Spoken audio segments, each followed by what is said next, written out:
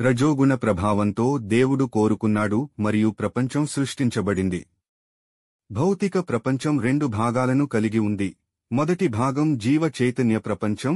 దీనిలో అన్ని చైతన్య సూక్ష్మ శరీరాలు శాశ్వతమైనవి, స్వచ్ఛమైనవి, జ్ఞానోదయం పొందినవి, శుభ్రమైనవి, వయస్సు లేనివి మరియు అమరమైనవి. రెండవ భాగం నిర్జీవ ప్రపంచం.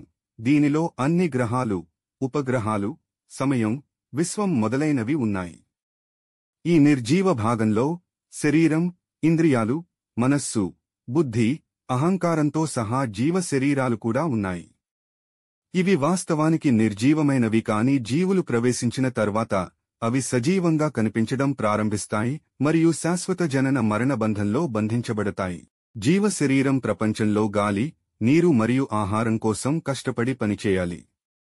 ప్రతి రకమైన శరీరానికి ఆహారం భిన్నంగా ఉంటుంది మరియు దేవుడు జీవ శరీరానికి అనుగుణంగా ప్రకృతికి ఆహార రూపాన్ని ఇస్తాడు. ఆ ప్రకృతి రూపాన్ని అన్నపూర్ణ అంటారు. ఆహారం నుండి శరీరంలో 6 రుగ్మతలు వస్తాయి: పుట్టడం, కనిపించడం, పెరగడం, వ్యాధి, బలహీనపడటం మరియు నాశనం కావడం. జ్ఞానం లేకుండా ఎవరూ తన ఆహారాన్ని గుర్తించలేరు. అతను దానిని సంపాదించలేడు లేదా పొందలేడు. ఈ జ్ఞానానికి యజమాని తల్లి సరస్వతి అని భావిస్తారు. ఆమె జీవుడికి తర్కం, తెలివితేటలు మొదలైన వాటిని ఇస్తుంది.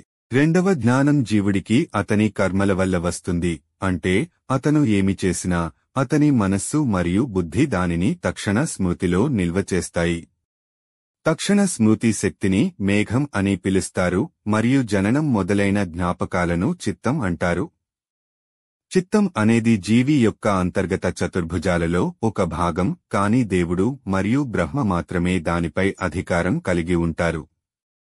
అంటే జీవికి ఈ స్మృతిలోకి ప్రవేశించే హక్కు లేదు. ఒక విధంగా ఇది కర్మలు వ్రాయబడిన పిగ్గీ బ్యాంకు లాంటిది, కానీ దానిని చదివే హక్కు దేవునికి మాత్రమే ఉంది. ఈ విధంగా జీవికి ఒక జన్మ నుండి మరొక జన్మకు లేదా ఒక శరీరం నుండి మరొక శరీరానికి తన కర్మల ఫలాల ప్రకారం జననం, జాతి, ఆనందం మరియు దుఃఖం లభిస్తాయి. దానిని అతను విధి రూపంలో అనుభవించాల్సి ఉంటుంది.